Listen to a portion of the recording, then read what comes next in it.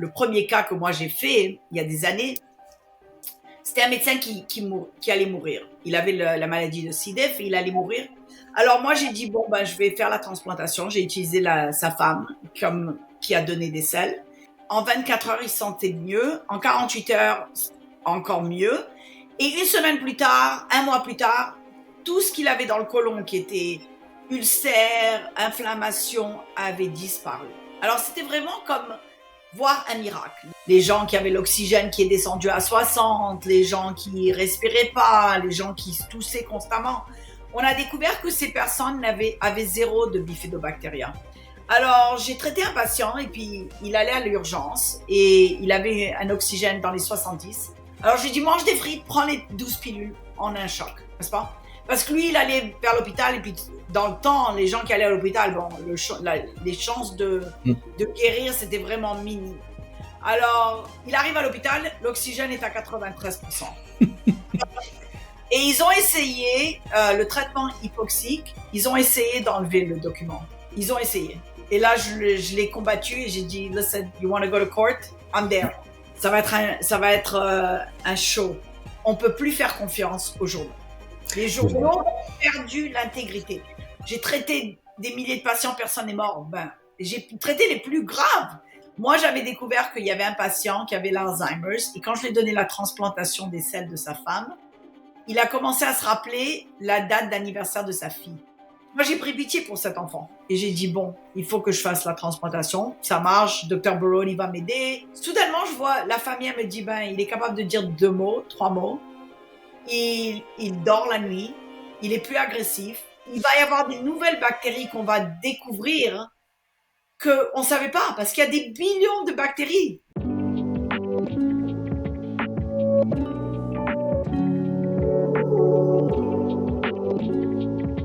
Très bien. Alors, docteur Sabine Hazan, bienvenue. Merci beaucoup. Merci beaucoup d'avoir accepté mon invitation. Vous me corrigez si je dis une bêtise. Vous êtes gastro-entérologue, chef d'entreprise et chercheuse spécialiste du microbiome. Vous avez publié des dizaines d'articles sur le sujet du microbiome et un livre, en tout cas, de vulgarisation, malheureusement pas traduit en français parce que la traduction du titre aurait été intéressante.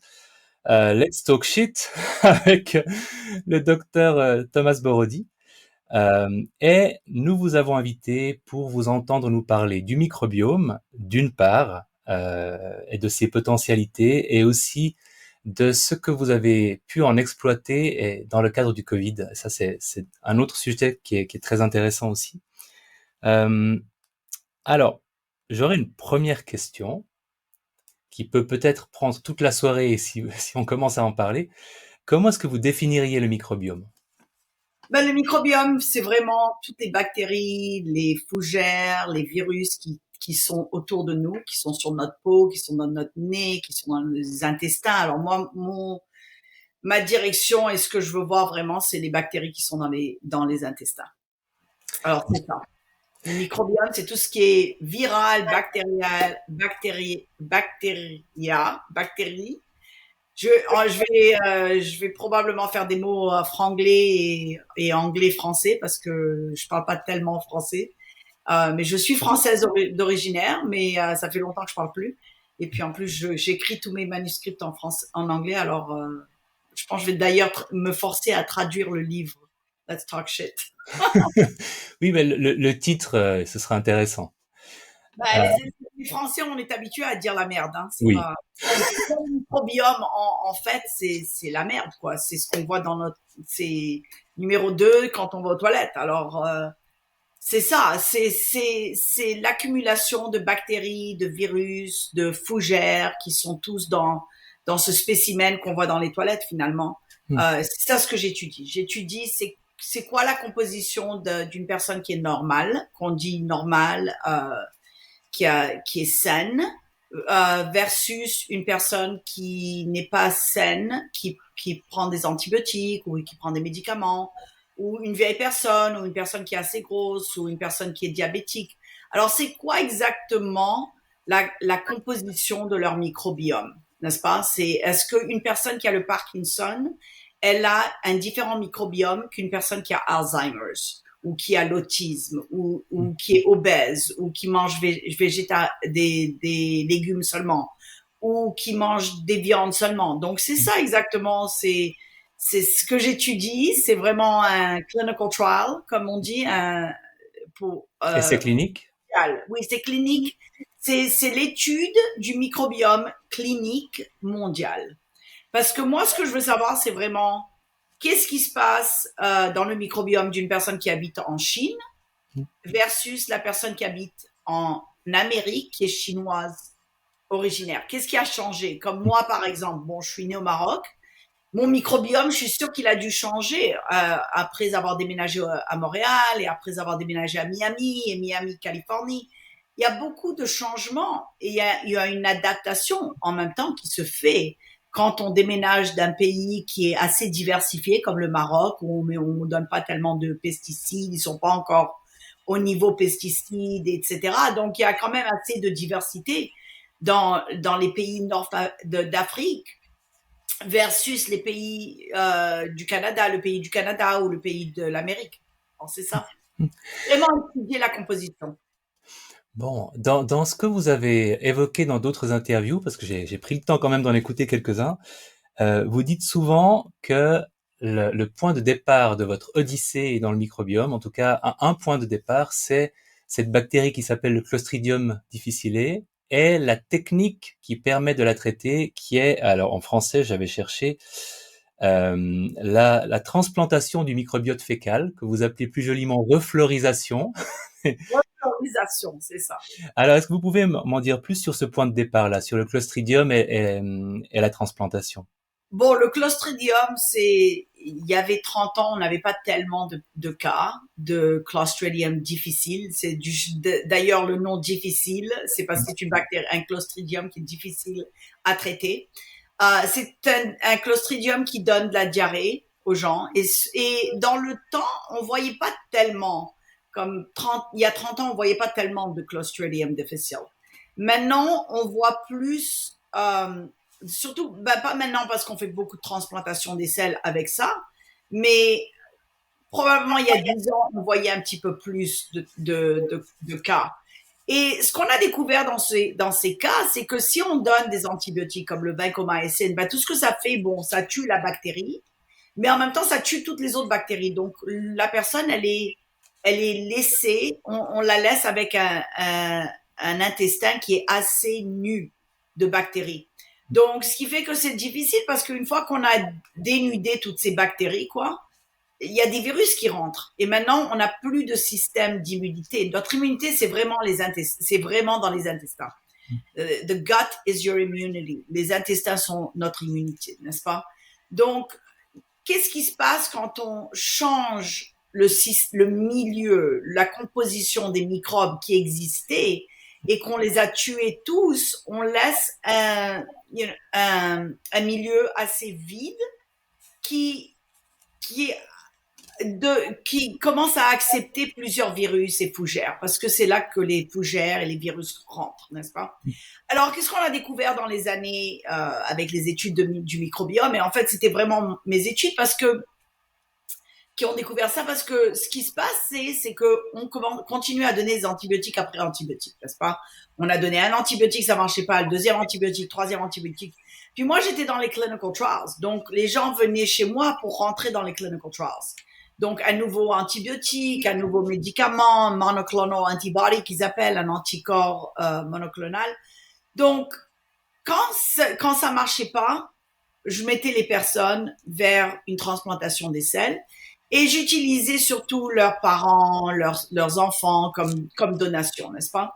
Parce que bon, la transplantation des selles, c'est exactement comme le mot le dit, faut prendre les selles, on les extracte pas, les personnes vont aux toilettes et nous donnent un bol de sel et on stérilise au mieux qu'on peut ces sels et on extrait comme les bactéries. Et c'est les bonnes bactéries qu'on rentre dans le côlon de la personne qui a la maladie de C. diff. Donc, quand on a commencé à faire ces transplantations, c'est évident que le premier cas que moi j'ai fait il y a des années, c'était un médecin qui allait mourir. Il avait la maladie de C. diff et il allait mourir. Alors moi, j'ai dit, bon, ben, je vais faire la transplantation. J'ai utilisé sa femme qui a donné des selles. Et puis, ce qu'on a découvert, c'est que en 24 heures, il se sentait mieux. En 48 heures, encore mieux. Et une semaine plus tard, un mois plus tard, tout ce qu'il avait dans le côlon, qui était ulcère, inflammation, avait disparu. Alors, c'était vraiment comme voir un miracle, n'est-ce pas? Mhm. Et pour moi, ce qui s'est passé, c'est que vraiment, je me suis demandé, qu'est-ce que j'ai fait qui a fait que ça a marché? Parce que pour moi, bon, mettre des selles, c'est pas vraiment le métier le plus attirant et personne ne veut jouer avec des selles, c'est évident. Et surtout pas moi, parce que ma mère, à chaque fois qu'elle entend ça, elle est dégoûtée. Comme d'habitude, c'est évident, n'est-ce pas? Mais je voulais savoir qu'est-ce qu'on a changé dans le microbiome pour arriver que l'inflammation a disparu, n'est-ce pas? Alors, ce que j'ai commencé à faire, c'est que j'ai commencé à voir le microbiome. Et c'est là que je ne sais pas si vous vous souvenez, il y a à peu près 7-10 ans, il y avait une compagnie qui s'appelait Ubiome. Et il y avait d'autres compagnies qui faisaient le test des selles. Et j'envoyais mes tests des selles, mais il n'y avait rien. Je ne comprenais pas ce qu'on voyait. Le test n'était pas standardisé. Il n'y avait pas de standard, de standard. Il n'y avait pas de standard. Comment dire en français? Standardisation. Standardisation, c'est ça. Alors, il y avait pas de contrôle. Les contrôles, bon, c'était les propriétaires de la compagnie. Il n'y avait pas de contrôle finalement. Alors, moi, j'ai dit, bon, ben, il semble qu'il y a une bonne formule, il y a une bonne façon de voir le microbiome, mais le microbiome, il est trop dans les mains des gens qui veulent faire un produit, quoi, un business de ça. Alors j'ai dit, bon, il faut ramener la science. Alors comment je vais ramener la science? Je vais faire des clinical trials sur le microbiome. Et je vais faire un labo, je vais commencer un labo qui regarde spécifiquement le microbiome, mais en m'assurant que si je m'analyse mes selles, la première fois, la deuxième fois, la troisième fois, c'est toujours comment on dit, Empreinte. mon empreinte microbiome que j'avais au début. Donc, j'ai pas Mhm. changé. Si je Mhm. change pas ma diète, si je prends pas de médicaments, je devrais avoir la même empreinte de mon microbiome. Et c'est ça ce qu'on a découvert. Alors, quand j'ai embauché pour faire ça le docteur qui travaillait pour une compagnie qui a fait le BRCA gene pour le cancer du sein. Alors, je lui ai dit, docteur Papuzzi, je veux que vous me créez et je vais vous donner les patients, mais je veux vraiment je veux que le test soit valide, vérifié et reproduit, et qu'on puisse le reproduire, n'est-ce pas? Alors, et que on puisse le reproduire non seulement lui, mais moi, mais ma labo, ma technicienne de labo. Alors, c'est ce qu'il a fait. Il m'a créé un test. Et puis, on a commencé à voir les patients avec la maladie de Crohn. Les gens venaient pour me voir, surtout pour faire la transplantation des selles. Parce que ce qui est arrivé, c'est qu'on a commencé à découvrir qu'il y avait d'autres choses avec les selles. Et c'est évident que quand nous, en tant que médecins, euh, dans le domaine de la recherche, on est très vus. Les gens font attention à nous, n'est-ce pas? Mhm. Alors, parce qu'on est dans le domaine et puis on voit ce que les gens ne voient pas avant qu'ils vont voir dans 100 ans peut-être. Alors, ben c'est ça la recherche, n'est-ce pas? La recherche, c'est le début et après quelqu'un reproduit et après ça devient la norme, quoi. Alors, ce qui s'est passé, c'est que chaque gastro avait vu d'autres choses. Dr. Colleen Kelly à Brown University, elle avait vu des patients qui avaient le alopecia areata Mhm. et elle a fait la transplantation des selles pour eux ils avaient la maladie de C. diff. Et puis, elle a découvert que la perte des cheveux a regrandi. Alors, on a vu 2 cas où les patients n'avaient pas de cheveux et après ça, un mois plus tard, leurs cheveux grandissent. Donc, qu'est-ce qui s'est passé quand on a fait une transplantation des selles et qu'est-ce qu'il y avait dans les selles? Bien sûr, il y a d'autres hôpitaux, il y a d'autres centres qui ont essayé de reproduire cette recherche de 2 patients, ils n'ont pas réussi. Mmh. Pourquoi? Parce qu'il faut vraiment voir la bactérie dans tous ces patients d'abord. Il faut le diagnostic avant la thérapie. Mais on est tellement pressé en Amérique et en Europe et partout à vouloir pousser le traitement que on fait pas les choses systématiques. Mmh. On fait pas la recherche, le diagnostic d'abord, puis après le traitement. On va directement au traitement, puis on pense que bon, on va mettre des sels dans un patient, puis ça va guérir. Mais non, ça va pas guérir. Faut comprendre pourquoi ça a pas marché, qu'est-ce qui a marché. Donc votre approche, c'est en même temps de développer des outils d'analyse et de représentation du microbiome dans les selles qui permettent de faire des photos avant-après qui soient fiables parce qu'il y a une standardisation et puis en même temps de faire des expériences cliniques sur qu'est-ce qui peut être traité et quelle est la limite de ce qui peut être traité avec cette méthode-là.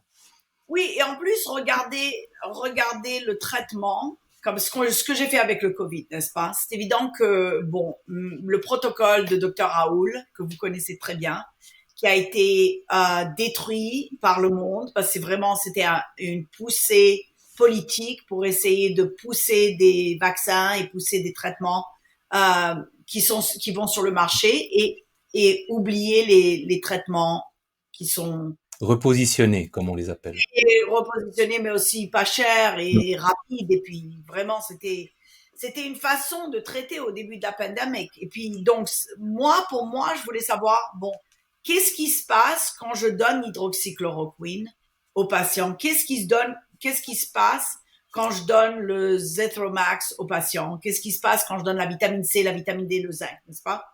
Alors, j'ai commencé l'étude du microbiome, quoi. Et puis, la première chose que notre labo a découvert, c'est vraiment la présence de COVID dans les selles, mais pas seulement par PCR, mais complètement ce qu'on appelle le whole genome, le génome complet du virus. Alors, depuis le début, on a découvert bon, la forme du virus, les régions du virus, et puis on a pu voir que les régions, quand on développe que le virus, il y avait une mutation, quoi. Des patients qui étaient dans les mêmes familles, ils avaient le même virus, mais les personnes qui étaient dans deux buildings différents avaient un différent virus. Donc, pour moi, je me demandais la question depuis le début, comment on peut donner un vaccin si la mutation du spike elle-même change, n'est-ce pas? Alors c'est ça ce qui m'a poussé à regarder dans les selles. Et quand on a découvert que 100% des selles, les patients qui avaient le Covid dans le nez avaient 100% dans les selles aussi, mais aussi il y avait des patients qui n'avaient pas dans le nez et qui étaient positifs dans les selles. Et je vais vous dire, c'est vraiment fascinant parce que maintenant, on est en train de tester tous les échantillons qui viennent dans notre labo.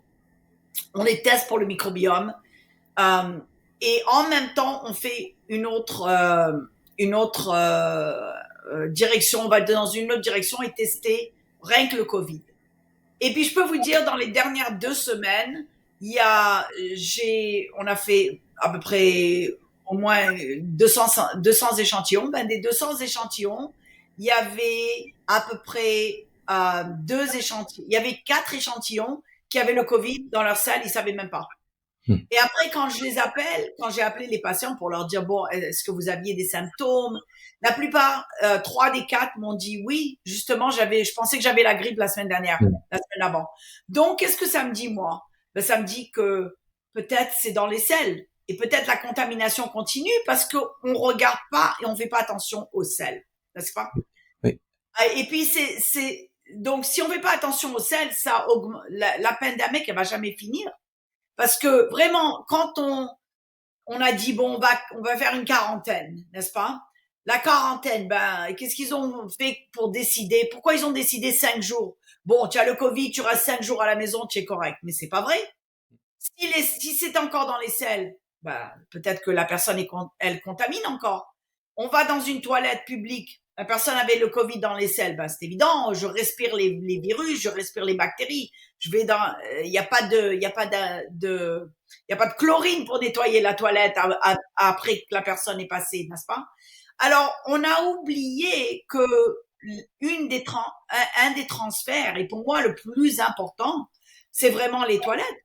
Donc, l'importance de trouver le COVID dans les selles, c'est quand on traite avec l'hydroxychloroquine et le zithromycin et qu'on découvre que le COVID a disparu, ben, c'est un test, quoi. Alors, quand on a fait des tests et on a vu 5 personnes, on a traité avec le hydroxy Z-Pack, soudainement, le COVID a disparu. Il y a quelque chose qui est arrivé, n'est-ce pas? Alors, c'est ça. C'est pour ça que c'est important de voir les selles, c'est important de diagnostiquer proprement, de trouver le COVID là où il est, parce que c'est le test qu'on fait avec le nose swab, c'est rien qu'un petit morceau du COVID. Ça dit pas tout. Ça peut être un morceau qui est d'un virus qui est mort et c'est tout ce qui restait, quoi. Ça veut pas dire que la personne, elle a le COVID. Ça veut pas dire que la personne, elle transmet le COVID. Donc, comme test, finalement, ce serait plus fiable l'étude des selles que le swab PCR traditionnel. Absolument. Sauf que les agences ne veulent pas en rendre. Il faut passer par le CDC en Amérique pour avoir un approval pour mettre un test des selles pour le COVID. Ce qui est ridicule. Il me semblait avoir entendu que les Chinois, en Chine, ils avaient pratiqué davantage. Oui, ils l'ont fait. Maintenant, je sais pas c'est quoi leur méthode, je sais pas c'est quoi la sensibilité du test, la spécificité du test, je sais pas. Mais c'est évident que s'ils sont encore dans la pandémie, qu'il doit y avoir un problème. Mais est-ce qu'on peut faire fiable? Est-ce qu'on peut faire confiance aux nouvelles de Chine ou de Russie ou de n'importe quoi? Moi, je pense que les nouvelles sont corrompues et puis il y a trop de merde, quoi. C'est le cas de le dire. Vous parliez donc du diagnostic du Covid, de l'analyse du Covid dans les selles. Il me semble que vous avez aussi mis en évidence un facteur de risque ou de vulnérabilité en analysant les selles des personnes en fonction de la sévérité de leurs symptômes. C'est juste? Oui, alors c'est ça. C'est quand on a regardé, qu'on a vu que Covid était dans les selles. Moi, la première question que j'avais, c'est si Covid est dans les selles, qu'est-ce que fait le microbiome? Qu'est-ce que font les bactéries quand le virus est dans les selles, n'est-ce pas? Parce que les bactéries sont 20 fois plus grandes que les virus. Donc, si on a des bonnes bactéries et qu'on est fort et qu'on a une immunité assez forte, le virus, bon, il rentre et il passe, quoi. Mais si on est faible et qu'on manque de bactéries et qu'on a un système ou une composition de microbes qui est nue, quoi, eh ben, c'est évident que le virus va rester parce qu'il y a de la place dans le côlon. Alors, il va dire, bon, je vais habiter le côlon, quoi. Et je vais continuer à détruire d'autres bactéries. C'est ça ce que le virus fait, quoi. Alors, ce qu'on a découvert, c'est qu'on a découvert une bactérie qui s'appelle Bifidobacteria. Et cette bactérie, c'est vraiment la bactérie qui est dans nos produits de probiotiques, n'est-ce pas? C'est la bactérie qui a formé le billion de dollars, l'industrie de billions de dollars de probiotiques, n'est-ce pas? Maintenant, les probiotiques, c'est évident, c'est pas une bactérie. C'est pas une bactérie qu'on a besoin pour survivre le Covid. Mais pourquoi j'ai fait attention à cette bactérie? C'est parce que cette bactérie, c'est la première bactérie quand les bébés sont nés. Et d'ailleurs, ça a été notre découverte aussi quand on a commencé à regarder le microbiome. On a vu les bébés, on a vu les vieilles personnes, on avait le clinique, quoi. On avait le clinical des patients, le microbiome avant la pandémie. On savait de quoi avait l'air Crohn's, de quoi avait l'air la maladie de Parkinson's. Pas vraiment énorme, mais au moins 20 patients par maladie. Donc, on avait à peu près une bonne idée. Et ce qui s'est passé, c'est que quand on a commencé à tester et qu'on a regardé les patients qui avaient la maladie de Covid, qui ont attrapé le Covid et qui étaient vraiment sérieux, comme les gens qui avaient l'oxygène qui est descendu à 60, les gens qui respiraient pas, les gens qui se toussaient constamment, on a découvert que ces personnes avaient zéro de bifidobactéria. Ils avaient vraiment aucune bifidobactéria. Comparé aux personnes qui sont mild, asymptomatic, ça veut dire non symptômes, ou les personnes qui étaient dans la même famille.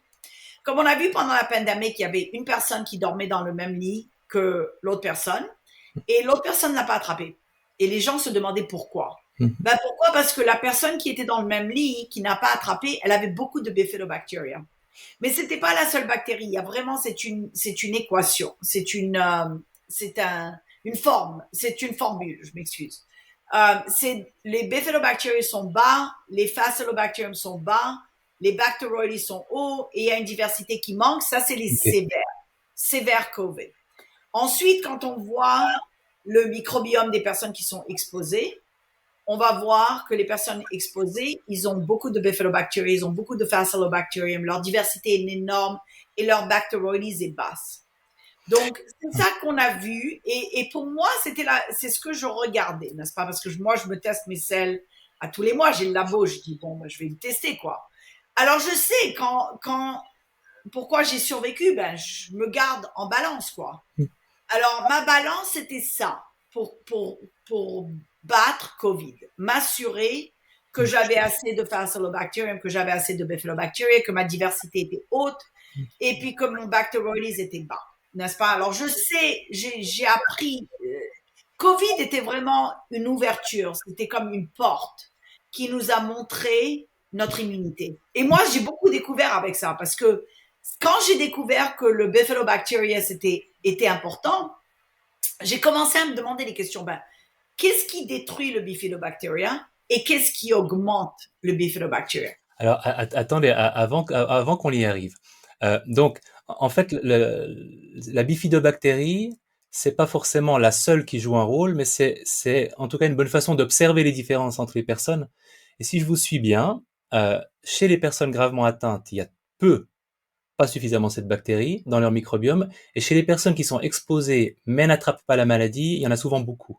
Donc, C'est ça. on peut en déduire une relation de cause à effet, ou c'est imprudent de le faire? Comment est-ce que vous... Prudent à date parce qu'il y a aussi, bon, ça c'était la population que j'ai regardée, c'était une population assez homogénique. C'était une population américaine pendant des années, c'était une population bon blanche. Il y avait pas vraiment de diversité de race, n'est-ce pas? Parce que le problème c'est que quand on rentre dans une population africaine, disons, ben c'est plus le Bifidobacteria chez les Africains. Hmm, hmm, Si on va dans la population des Chinois, c'est plus le Bifidobacteria. Les Japonais, c'est plus le Bifidobacteria. Il y a un autre microbe, il y a une autre formule qui les protège.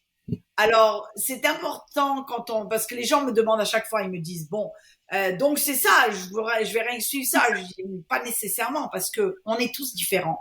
hmm. Et si on est tous différents dans nos imprimes de doigts, on est dans nos empreintes de doigts, je parle plus français, dans nos empreintes de doigts, on est différent dans nos empreintes du microbiome du côlon. Et surtout, encore plus que les doigts, parce que le microbiome, il change constamment. On prend un médicament, il va changer. On va au Japon, il va changer. On va manger en Afrique, il va changer. Il ne devrait pas changer tellement, mais il y a quand même un changement qui se passe. Et puis, en plus, si je mange de la viande et la vache a été donnée, on lui a donné des antibiotiques, ou on lui a donné des hormones, ou on lui a donné des vaccins. Bon, ça va changer mon microbiome en même temps. Donc, très important de voir ça. Et donc, vous vous êtes demandé ce qui allait influencer le microbiome avec une perte ou une augmentation des bifidobactéries. C'est là que je vous avais interrompu, donc je vous Alors, laisse c'est ça. reprendre.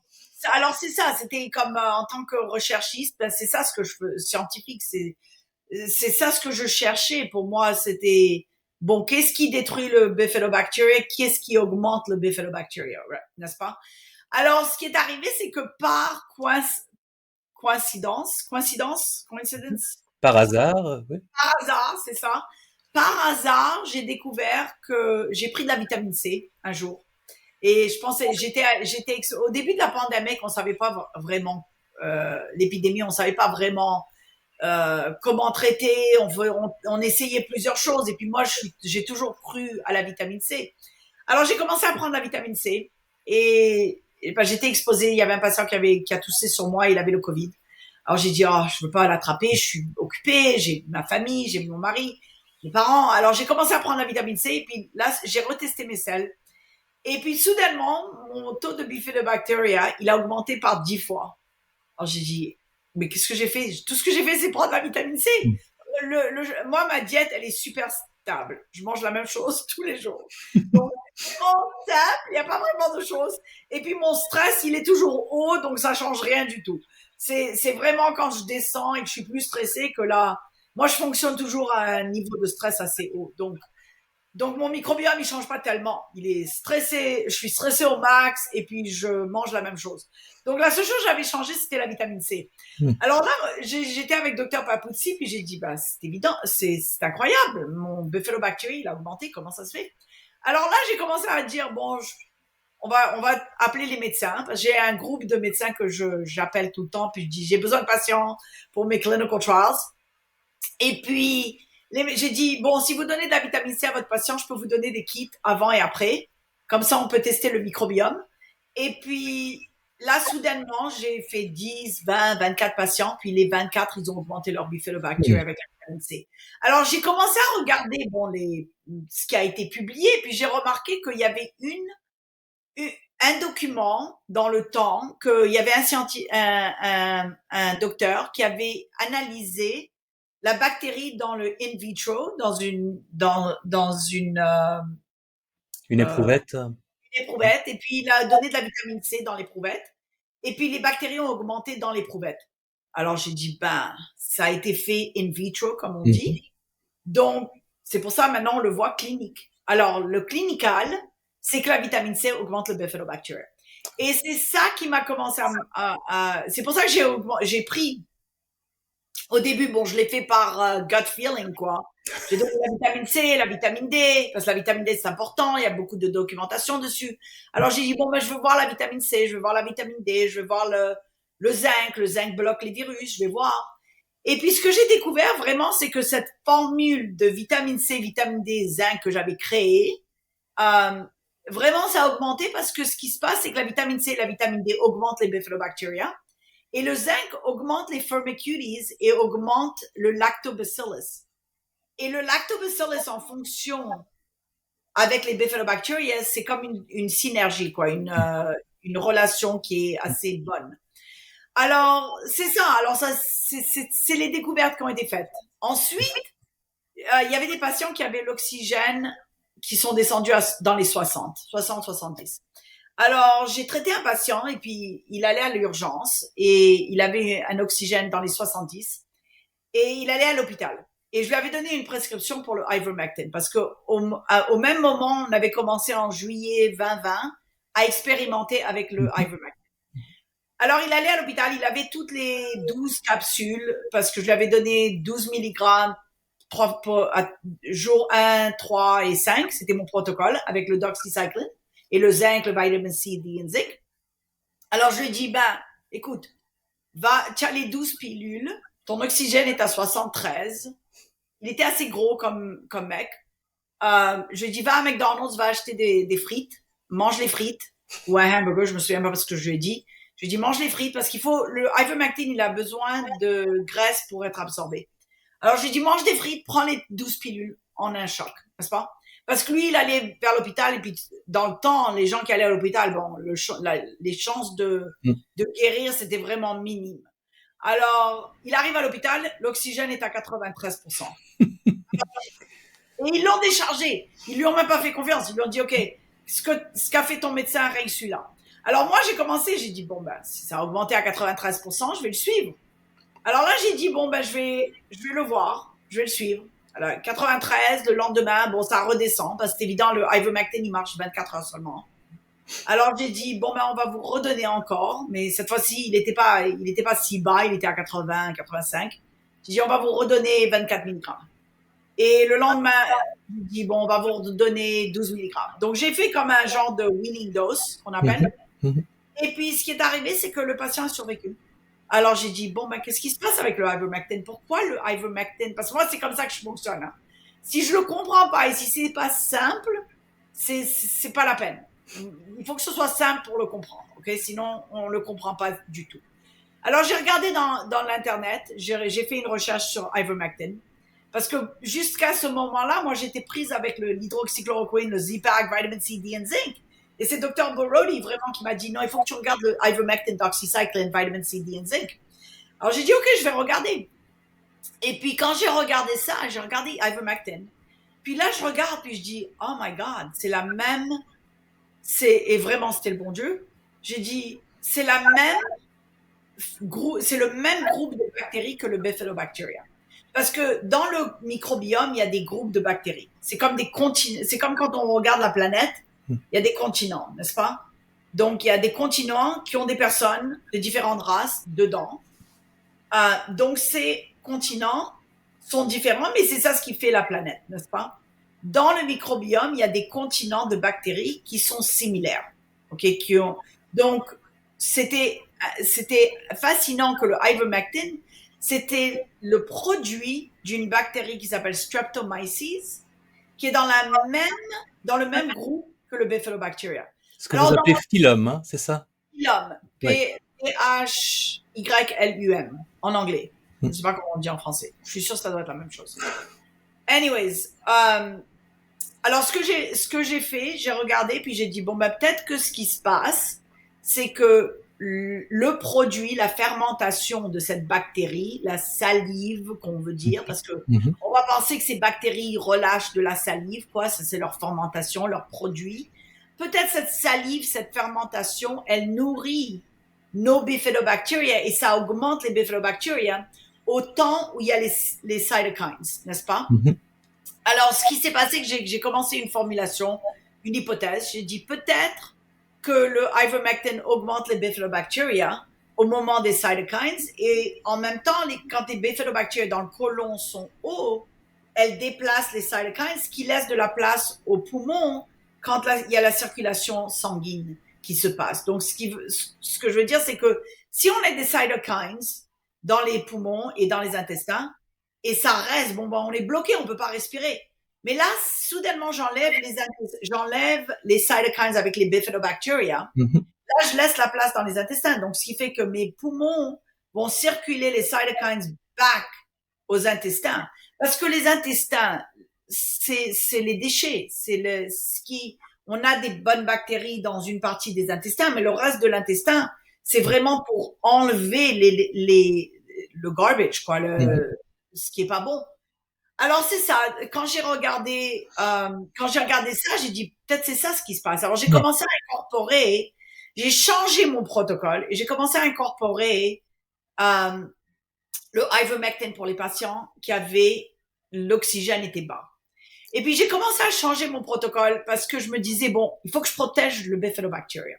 Alors comment je vais protéger le bifidobacteria? Ben, c'est évident que les personnes âgées qui n'ont pas de bifidobacteria, qui ont une muraille de côlon assez nue, quoi, pas de bactéries, ben, je vais leur donner l'hydroxychloroquine et le Z-Pack pour tuer le virus rapidement parce que le problème, c'est que le virus, il va se propager, il va aller partout parce qu'il n'y a pas de bactéries pour combattre le virus, n'est-ce pas? Alors, ma première idée pour les personnes âgées, les personnes qui étaient diabétiques, les obèses, etc., c'était de leur donner l'hydroxychloroquine et avec le Z-Pack et en plus la vitamine C, la vitamine D pour augmenter le bifidobacteria, le zinc pour bloquer le virus pour ne pas qu'il se propage. Et puis de là, ajouter le ivermectin. Alors, ajouter le ivermectin, c'était vraiment pour les personnes les plus high risk qu'on appelle, n'est-ce pas? Oui. Les jeunes, j'ai fait un traitement différent pour eux. Pour eux, j'ai dit, bon, ben, je vais aller plutôt vers le ivermectin, doxycycline, zinc, vitamin C, D et zinc. Parce que le doxy, on le donne à les enfants avec l'acné. Le ivermectin, on les donne aux bébés qui ont la gale ou qui ont les poux. Alors, j'ai dit, bon, ben, si je donne aux bébés qui ont la gale et le poux, ou les poux, ben, c'est évident que le ivermectin, il est assez safe pour les gens qui vont mourir, n'est-ce pas, les jeunes qui vont mourir. Alors, j'ai commencé à donner ivermectin, doxycycline, vitamine C, D, zinc. Maintenant, je suis plus vers dans les vitamines avec les jeunes parce que je me dis, il faut vraiment préserver leur microbiome parce que c'est vraiment leur force. Alors, ce qu'on a découvert, bon, le bifidobacteria, vraiment, ça nous a fait beaucoup de découvertes. On a découvert que le ivermectin augmentait le bifidobacteria. D'ailleurs, c'est ce que j'ai observé dans un ou deux patients au début. Alors, j'ai dit, bon, ben, je vais faire un autre 20 patients. Maintenant, c'est très difficile. C'est ce qui a été étonnant dans cette épidémie, c'est non seulement j'ai découvert le microbiome, mais j'ai découvert la corruption, comment dire, Corruption. la corruption euh, qui s'est passée. la corruption dans les journaux médicaux qui ne, Oui. qui ne publient pas Alors leur... attendez, parce que j'aimerais en profiter quand même pour préciser que tout ce que vous nous avez dit là, ça correspond aussi. C'est pas juste une docteur Hazan qui dit quelque chose. Vous avez publié, sauf erreur, vous avez en tout cas rédigé, publié votre hypothèse sur le mécanisme d'action de l'ivermectine et sur le traitement des patients avec un taux d'oxygène très faible avec l'ivermectine. Vous avez aussi publié. Donc vous ne faites pas que parler de ce que vous avez fait, vous faites aussi des recherches cliniques et des papiers d'hypothèse et tout ceci est publié ou soumis en prépublication. Et ils ont essayé le traitement hypoxique, ils ont essayé d'enlever le document. Ils ont essayé. Et là, je l'ai combattu et j'ai dit, listen, you want to go to court? I'm there. Hmm. Parce qu'ils veulent aller en cours, moi je suis prête. Hein. Je vais, ça va être un show. En tout cas, alors ça, ils l'ont pas enlevé, ils l'ont gardé. Et d'ailleurs, ils ont publié un autre article pour supporter le premier article Ok. d'hypopopulation hypoxique. Ok. Ensuite, j'ai publié l'hypothèse. Alors, pour moi, c'est une hypothèse. Si je veux dire, le Père Noël, il guérit le psoriasis, ok? C'est à moi de le dire, c'est mon hypothèse, ok? C'est une hypothèse. J'ai le droit de dire ce que je veux, ok, n'est-ce pas? Alors, j'ai publié une hypothèse. L'ivermectin augmente le bifidobacteria. Soudainement, j'ai été bloqué à Twitter. Dans le temps avant Elon Musk, j'étais en prison de Twitter. Ça s'est avéré qu'il y a un de mes patients qui avait donné beaucoup d'argent à Twitter pour commencer la compagnie. Et puis, je lui ai dit, bon, tu me ramènes dans Twitter. Alors, dans 2 heures, j'étais back en Twitter parce que, alors, il sait qu'il a besoin de moi. En tout cas, alors, j'étais back en Twitter. Mais, j'ai dit, bon, c'est une hypothèse, quoi, ça va rester. Soudainement, on me critique parce que l'hypothèse, j'ai donné des références, que les références ne sont plus, les articles ont été retractés. Ben, l'hypothèse, ça a pris 8 mois à la faire publier. Est-ce que vous vous rendez compte qu'une hypothèse a pris 8 mois à être publiée? C'est énorme, ok? C'est énorme. Alors, l'hypothèse, ça a pris 8 mois pour être publiée. Et après, ben, c'est évident qu'il y a des articles qui ont été retractés. Alors, les articles qui ont été retractés maintenant, ils disent, ah, ben, parce que vous avez référé des articles qui ont été retractés, ben, votre hypothèse, elle est sous, comment ils appellent ça, sous observation ou critique, quoi. Alors, sous l'article, il y a marqué, euh, sous observation ou, je sais même pas comment ils l'ont dit, letter of concern, Oui. une lettre de concern sur mon hypothèse. Alors j'ai dit, ben ça montre aux agences d'abord, au FBI, au National Institute of Standards, à tout le monde, ça montre à tous les scientifiques qu'une hypothèse a une lettre de concern, on peut plus faire confiance aux journaux. Les journaux ont perdu l'intégrité. Parce on parle pas d'une recherche ici. C'est pas une Oui. recherche, c'est pas une analyse, c'est pas une revue, je fais pas une critique. J'ai le droit de référer ce que je veux. C'est l'essence de la science de C'est formuler des hypothèses. une hypothèse. Hmm. J'ai le droit, c'est la loi que j'ai le droit de faire une hypothèse et j'ai le droit de référer ce que je veux dans cette hypothèse. C'est mon hypothèse. Donc c'est évident, je vais pas prendre des articles qui contredisent l'ivermectin. Ça donne pas ça me dit pas, ça prouve pas mon hypothèse. Mon hypothèse, c'est une hypothèse. 2 plus 2 égale 4. Ben, ne le prouve que j'ai tort. Il y a, That's it. Donc, partout, maintenant, je suis dans Twitter, je dis prove me wrong. Une lettre de concern sur Dr. Hazan prouve que j'ai tort. That's it. Vous n'êtes pas la seule à avoir été victime de ce genre de procédé-là. Et c'est vrai que ce qui est spectaculaire dans certains cas, c'est qu'il n'y a même pas d'expression of concern. C'est-à-dire que la revue a dépublié. C'est même pas, c'est presque un nouveau terme qu'il faudrait inventer parce que c'est pas la rétractation. C'était publié hier et ce Oui. matin, c'est plus publié. C'est pas une rétractation parce qu'il n'y avait pas de défaut. Mais voilà, l'éditeur en chef a décidé de dépublier ce qui était publié. Et Oui, voilà. exactement. C'est ça. Dépublier. Et puis, c'est comme brûler les livres de médecine. Je veux dire, qu'est-ce qui arrive si je prends un livre, bon, le livre de médecine où il y a le nom de Dr Fauci dedans. Il y a plein de choses qui ont été contredites dans ce livre. On a changé, la médecine avance, la science avance. Alors qu'est-ce que je vais faire? Je vais brûler le livre? Ben non, je garde le livre, c'est une histoire.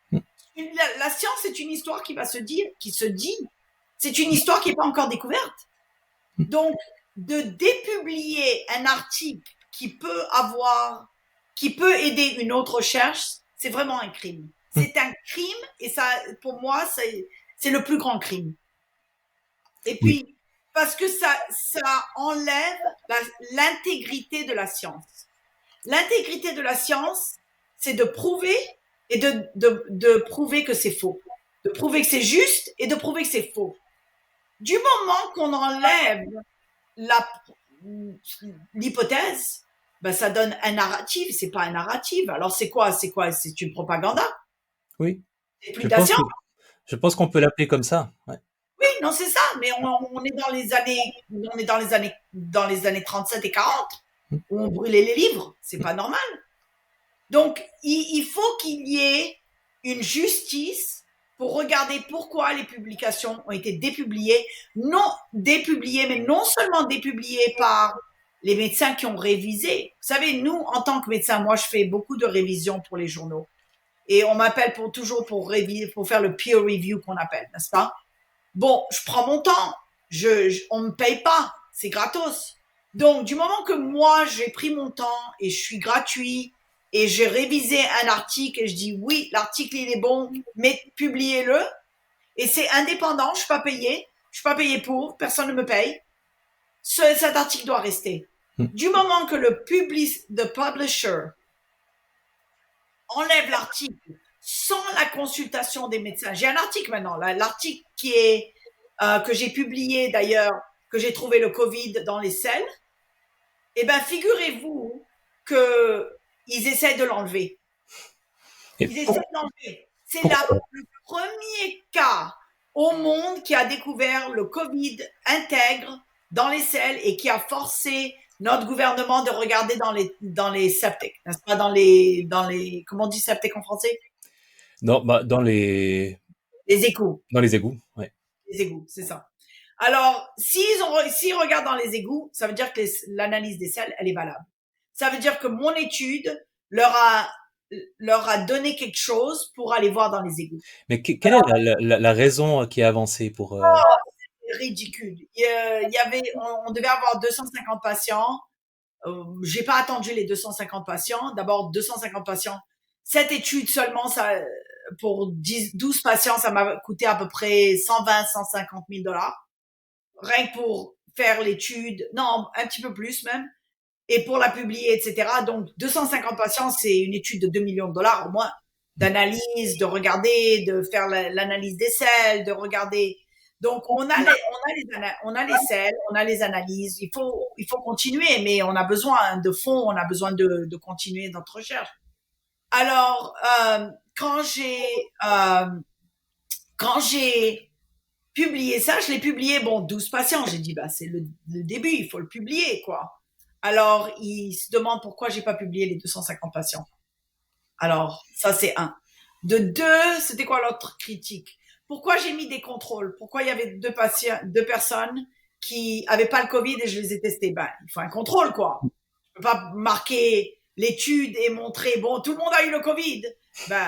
D'où je sais que ton test n'est pas faux si tu montres pas que ceux qui n'ont pas le Covid sont négatifs, quoi. Alors, c'est ridicule, leur raisonnement. Et d'ailleurs, ce document a pris 7 mois avant d'être publié. Alors, il y avait beaucoup de back and forth avec les médecins, et puis il y avait beaucoup de critiques, et on l'a rechangé, réadapté. Ça nous a pris 7 mois avant de publier cet article.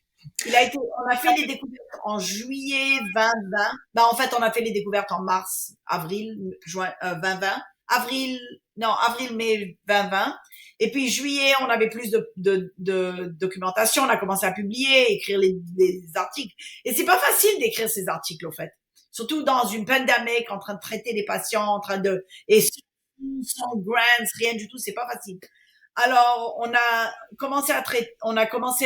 l'a publié en juillet. On l'a donné au journal en juillet. Il a été publié en janvier Ah. 21. Vous avez mentionné les problèmes que vous avez rencontrés avec les éditeurs de journaux, avec Twitter aussi. Est-ce que à d'autres niveaux, est-ce qu'on vous a mis des bâtons dans les roues dans votre recherche et dans votre traitement des patients?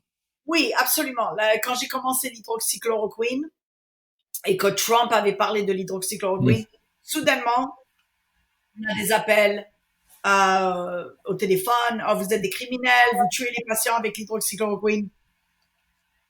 Et moi, bon, une oreille, ça sort de l'autre parce que ça rentre d'une oreille, ça sort de l'autre parce que sinon on n'avance pas la science. Hein. Si on commence à écouter tous les bobards et et regarder toutes les choses qui nous bloquent, on va pas avancer la science. Alors moi, je continue. Hein. J'ai pas le temps.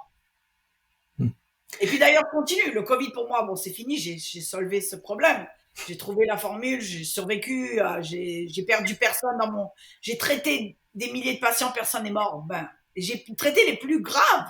C'est pour ça que j'ai publié le document d'ailleurs pour montrer même les patients qui avaient de l'oxygène, qui étaient dans les 60, 63. Et d'ailleurs, je ne sais pas si vous me suivez dans le temps avec Twitter, je montrais l'oxygène. Oui, Vous oui, savez, oui. la confiance, ça prend en tant que médecin, ça prend une confiance en fer pour dire au patient, pouvez-vous prendre une photo de votre oxygène et être sûr que l'oxygène va augmenter et de reprendre la photo plus tard. Et c'est le même doigt. Hein. Vous avez vu le doigt avec Marié, il avait 63%, il a augmenté à 92%, il est parfait maintenant, ce gars. Donc, il y a plusieurs patients que j'ai traités comme ça. Bon, c'est évident que ça prend du temps de traiter ces patients, de voir l'oxygène augmenter, de suivre ces patients. Mais finalement, imaginez si on l'avait fait dans les hôpitaux, combien de personnes auraient survécu. Et, C'était et donc j'encourage vraiment les personnes qui nous écouteront à aller lire la publication qui est disponible sur l'amélioration du taux d'oxygénation des personnes qui sont traitées avec votre protocole et avec l'ivermectine. C'est vraiment un article très intéressant, donc voilà, allez le lire. un article aussi qui montre que c'est pas vraiment une drogue, c'est pas vraiment rien que l'ivermectin. Il y a des patients que j'avais donné l'hydroxychloroquine, le Z-Pack, et j'ai ajouté le ivermectin. Il y a des patients que j'ai donné l'ivermectin, doxycycline, zinc, ça avait marché.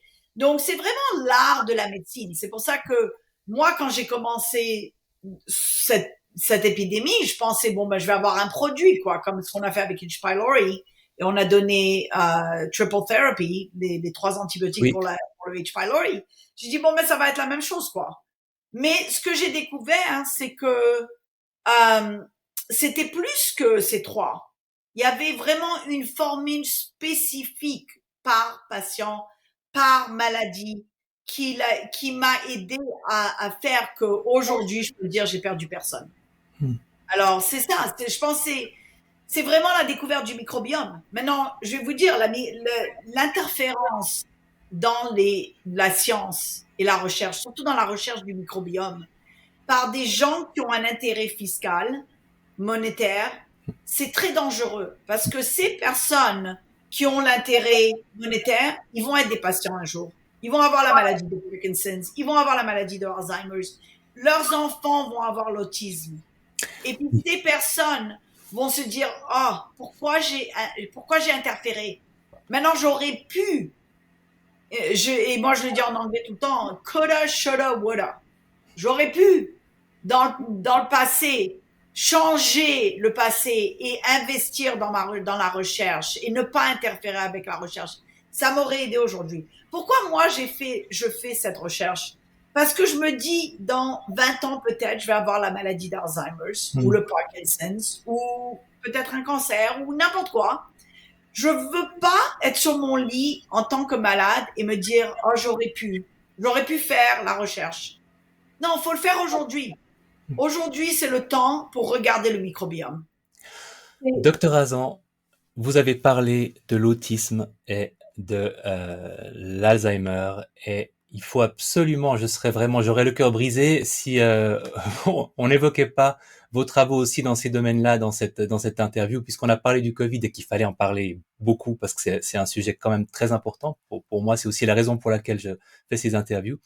Mais alors, parlez-moi aussi de ce que vous avez découvert dans ces autres domaines en lien avec le microbiome parce que c'est extrêmement intéressant. Oui, l'Alzheimer, c'est vraiment ce qui a commencé mon intérêt dans le microbiome. Parce que mon ami Colin Kelly, qui avait découvert que les cheveux poussent chez des gens avec alopecia areata, moi, j'avais découvert qu'il y avait un patient qui avait l'Alzheimer's et quand je lui ai donné la transplantation des selles de sa femme, il a commencé à se rappeler la date d'anniversaire de sa fille. Et elle était choquée parce qu'elle se disait, qu'est-ce qu'on a fait, pourquoi et il avait ce qu'on appelle un mini mental status, le statut mental. Mhm. Je pense qu'il était 21. Et Donc ça, puis c'est un test, ça mesure la gravité en fait de la progression de la maladie, c'est ça? de Alzheimer's. Et il est monté de 21 à 25, 26. Et quand il est monté à 25, 26, son médecin aussi a découvert qu'il était 25, 26. Donc on avait deux différents tests qui ont été faits par deux différents médecins qui montraient qu'il y avait une augmentation. Et pourquoi ce patient? Ce patient, il est rentré dans une étude pour moi, parce que je fais les clinical trials, il est rentré dans une étude de Alzheimer's. Et quand j'ai fait l'étude de Alzheimer's, sur lui, j'ai découvert que son statut mental était 21. Alors, quand il a attrapé la maladie de C. diff, il a fallu le traiter. J'ai pris les selles de sa femme, qui était vraiment intelligente, astute, très claire. Et puis, j'ai remarqué que la transplantation avait augmenté son taux mental, quoi, de 21 à 25, 26. Et après, il est monté 6 mois plus tard à 29. Alors, j'ai publié l'article. J'ai voulu publier l'article. Ça m'a pris 7 ans pour publier l'article. Pardon? Personne ne croyait. Et j'ai pas abandonné. J'ai dit non, cet article, il faut qu'il sorte. Et j'ai pas abandonné. Et finalement, j'ai envoyé aux peer reviewers, je leur ai envoyé le diagramme, parce que les gens qui ont la maladie d'Alzheimer, ils font un carré avec un triangle superposé, comme ça, quoi. Et puis, ils sont pas capables de le dessiner, comme ils vont faire ça, et puis ils vont faire ça, ok? Mais ce monsieur, il est parti de ça, quoi, aux deux triangles et carrés superposés exactement, et c'était ça, son écriture. Alors, j'ai envoyé ça au journal. J'ai dit, voilà la preuve que mon monsieur, et en plus, j'ai envoyé une vidéo de la femme qui parlait. Alors, ça a été accepté. Et puis, c'était le premier patient qui a été traité avec les selles dans la maladie d'Alzheimer, ce qui nous fait maintenant voir que d'ailleurs, on a vu, l'Alzheimer, c'est pas le amyloïde, c'est pas nécessairement le cerveau. Il faut penser aux intestins. Alors, pour moi, bon, je suis jamais le scientifique qui va dire, oh, c'est tous les intestins. Moi, je pense qu'il y a des personnes qui ont le Alzheimer, que c'est les intestins, la première chose. Il y a d'autres personnes que c'est la connexion entre les intestins et le cerveau. Il y a d'autres personnes, c'est le cerveau. Il y a un problème. Il y a des problèmes, quoi. Et vraiment, l'imbalance, c'est intéressant parce que la plupart de ces personnes qui ont le Alzheimer, on découvre, bon, ben, ils ont une infection à la mâchoire, ou une infection aux dents, donc ça se passe, et ça va aux intestins aussi, ça se passe au cerveau. Ils ont des infections aux intestins. Ils ont une infection urinaire qui cause le changement. Ils ont un manque de nutrition qui diminue leurs bonnes bactéries. Donc, il y a tellement avec la maladie d'Alzheimer qu'il faut voir, pas rien que penser que c'est le cerveau. Et je pense que le problème qu'on a en médecine de toutes les façons, c'est qu'on pense toujours que c'est rien une pilule, une maladie pour tout le monde. Et c'est pas vrai. Il y a beaucoup les systèmes sont juxtaposés, quoi.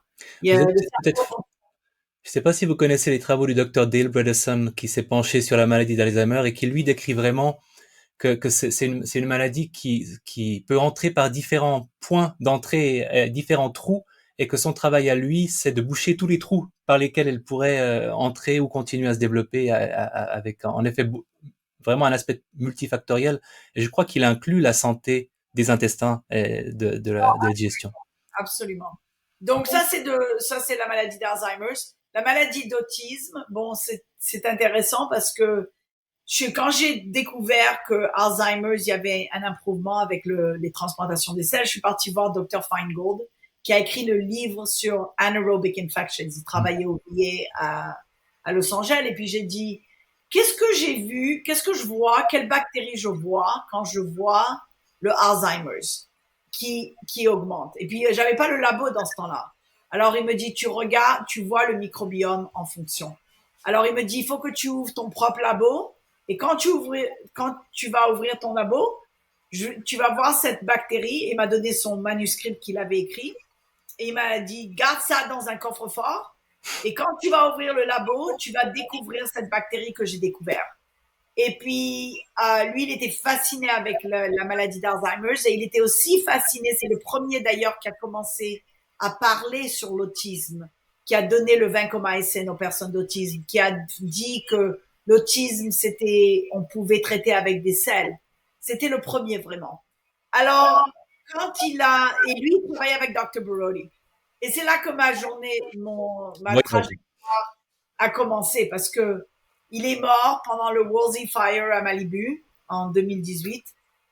Et puis la famille m'a appelé et ils m'ont dit bon, on vous donne tous les manuscrits de mon père, tous les livres, tous ces, toutes ces peintures. Il avait des peintures assez de Sanofi Pasteur. Il avait beaucoup de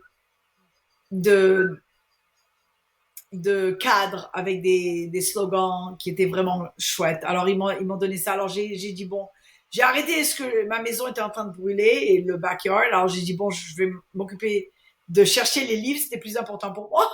Et puis, je suis scientifiquement. Alors, j'ai pris un camion, j'ai pris tous les livres, je les ai amenés dans mon bureau et j'ai dit, bon, moi, ça va être la chambre de Dr. Feingold, n'est-ce pas? Et puis, soudainement, pendant le feu ou après le feu, pendant que je m'occupais avec ma maison, mes enfants, etc., j'ai dit, bon, je pense que c'est le temps de s'occuper du microbiome. Et puis, j'ai embauché Dr. Papuzzi qui m'a créé la plateforme, quoi. Et puis là, j'ai commencé une discussion avec Dr. Borody. Tous les jours, on parlait. Et puis, il m'a dit en janvier, c'était 2019, il m'a dit, tu vas voir, tu vas être occupé avec avec l'autisme. Alors, j'ai dit, moi, l'autisme, je suis gastro-adulte, je suis pas les enfants, je fais pas les enfants, voyons.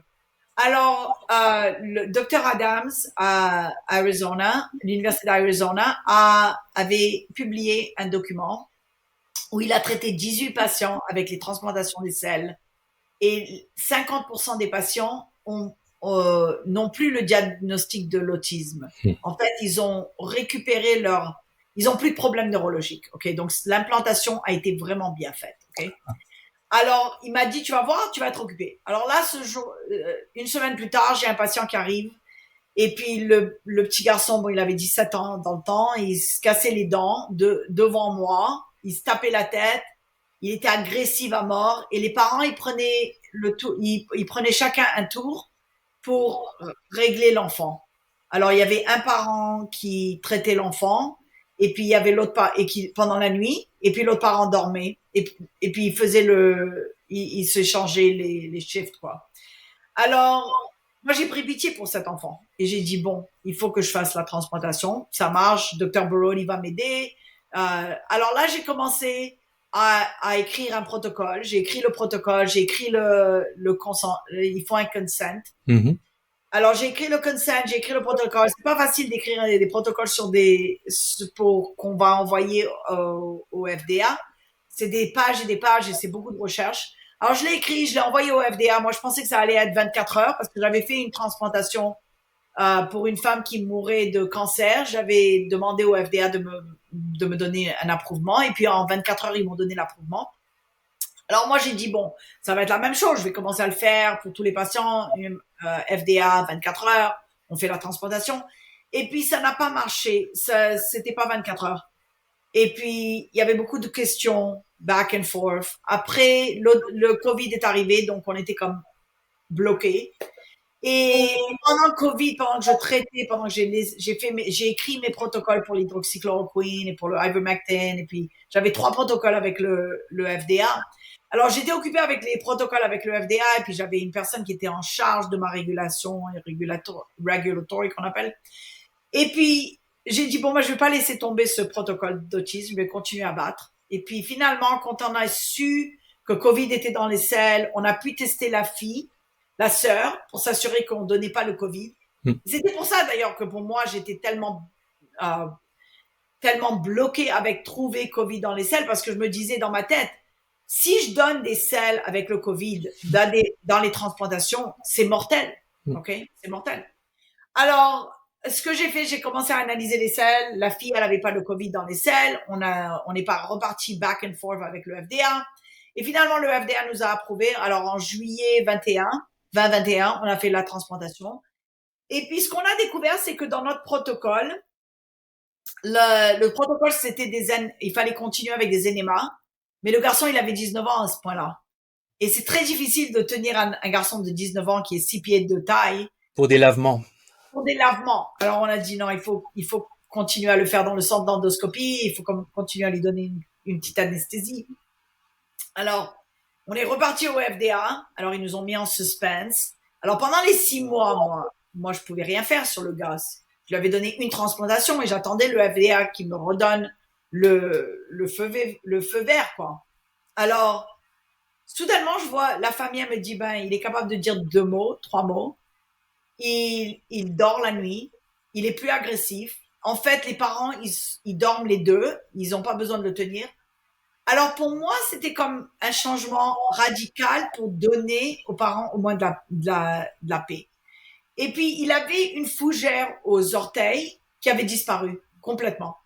Alors, j'ai dit, bon, il y a quelque chose qui se passe. Et quand on a regardé les selles, c'est là qu'on a découvert que la transplantation, elle avait prise parce qu'il y avait un match. Il matchait sa sœur. Et non seulement il matchait sa sœur, mais il continuait à matcher sa sœur.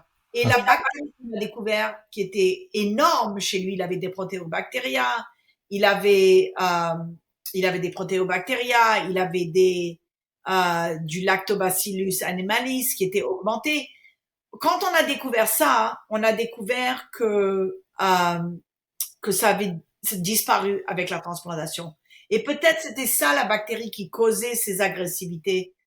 Et avoir beaucoup de protéobactéries, c'est pas tellement bon. Alors c'est ça, c'était. Alors maintenant on a suivi. Ça fait 1 an et demi presque, oui, 1 an et demi presque, oui. Et il a été à la graduation avec une fille cette fin de semaine. Il était au prom qu'on appelle. Et c'était bien, on le voit sourire et des photos, c'est super. Alors ça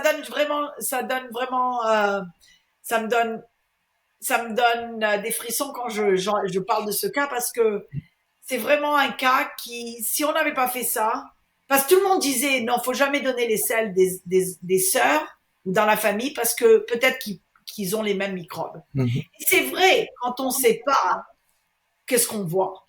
Mais quand on a une technologie comme la mienne, qui me donne par précision toutes les bactéries, tous les virus, et maintenant on est en train de voir, non seulement on regarde ce qu'on connaît, mais maintenant on est en train de nommer des bactéries qui sont similaires dans les personnes de Parkinson, dans les personnes de autisme. Donc, il va y avoir des nouvelles bactéries qu'on va découvrir qu'on ne savait pas, parce qu'il y a des billions de bactéries. Alors, le Bifidobacterium, c'est une bactérie simple, mais c'est pas la seule. Le Faecalibacterium, il y a vraiment des bactéries qui sont résilientes, qui sont ce qui crée une personne, quoi, qui crée. Qu'est-ce qui me fait que je sois comme un ouragan dans la recherche? Là, on m'emmerde et puis je vais à tout. Je sais pas ce qui se passe dans mon système. C'est comme il y a comme de la fumée qui sort de ma tête. Et puis là, j'y vais et je fais là, j'attaque. Alors c'est ça, c'est comme ça, moi je suis. Mais il y a une bactérie qui doit me faire ça, n'est-ce pas? Parce que je suis pas née peut-être je suis née comme ça, je sais pas moi, mais il doit y avoir une bactérie qui me fait fonctionner comme ça, qui dit comment est-ce que je peux faire bouger Sabine. Mon mari il me dit toujours, il me dit si on veut que Sabine fasse n'importe quoi, faut lui donner un challenge. Alors c'est ça. Mais là, c'est quand même extraordinaire. Un jeune homme autiste qui après une transplantation fécale, d'une part, attrape, donc ça veut dire que son microbiome devient similaire à celui de sa sœur, et en plus, psychologiquement, il fait des progrès spectaculaires, et ça tient, les progrès tiennent sur la durée, et le microbiome tient sur la durée. On parle quand même avec, c'est pour ça que je voulais absolument parler de ça, on parle quand même avec l'autisme et avec l'Alzheimer de problèmes insolubles pour la médecine, qui pose de gros problèmes à la médecine. Et je vais vous dire le problème. Le problème, c'est que la médecine veut une guérison bang bang. Ok, on donne la pilule, il faut guérir tout de suite. C'est pas comme ça que ça marche. Ce qui a causé une maladie, regardez la maladie de Parkinson's. Ça a pris 20 ans pour que ça devienne un problème neurologique. Ça va pas prendre un mois pour guérir. Ça va prendre du temps pour que le microbiome se rétablisse, qu'il y ait un réétablissement, quoi. Que ça c'est comme Rééquilibre. une balance. Mhm. Okay? Il y ait une balance. Et cette balance, il faut découvrir d'abord si on fait les bonnes choses pour aller vers la balance. C'est évident que si la personne, bon, je lui donne, même les transplantations, j'aurais pu lui donner des antibiotiques. Comme j'aurais pu dire, bon, il a dit 2 mots, mais ça marche pas. Ok? Les parents, s'ils m'avaient pas écouté, ils auraient pu donner la transplantation et dire, ok, ben je vais lui donner. Il parle rien que 2 mots. Maintenant, je vais aller dans une plan B et je vais lui donner des antibiotiques. Ben là, ils vont détruire ce que j'ai fait. Oui. Maintenant, il est prêt à se guérir. C'est comme, je vais vous dire, les transplantations, c'est comme un jardin. C'est simple, ok? Le jardin, il a des mauvaises herbes, n'est-ce pas? Il n'y a rien qui pousse quand on a des mauvaises herbes. Alors, il faut enlever les mauvaises herbes, il faut tourner la terre, et il faut planter, il faut s'assurer que l'oxygène, la vitamine D, le soleil aille sur le jardin. Et puis petit à petit, le jardin, il commence à pousser. C'est comme ça. Alors, les plantes, elles vont pas pousser en une journée. Ça va prendre un an. C'est ça. Et est-ce qu'il y a une limite je sais que on a probablement dépassé le temps qui était prévu. Je vais devoir parce qu'il me paye. Je vais vous dire au revoir parce que Oui. j'ai un appel. Je ne veux pas vous laisser partir avant de vous remercier. C'était un immense plaisir.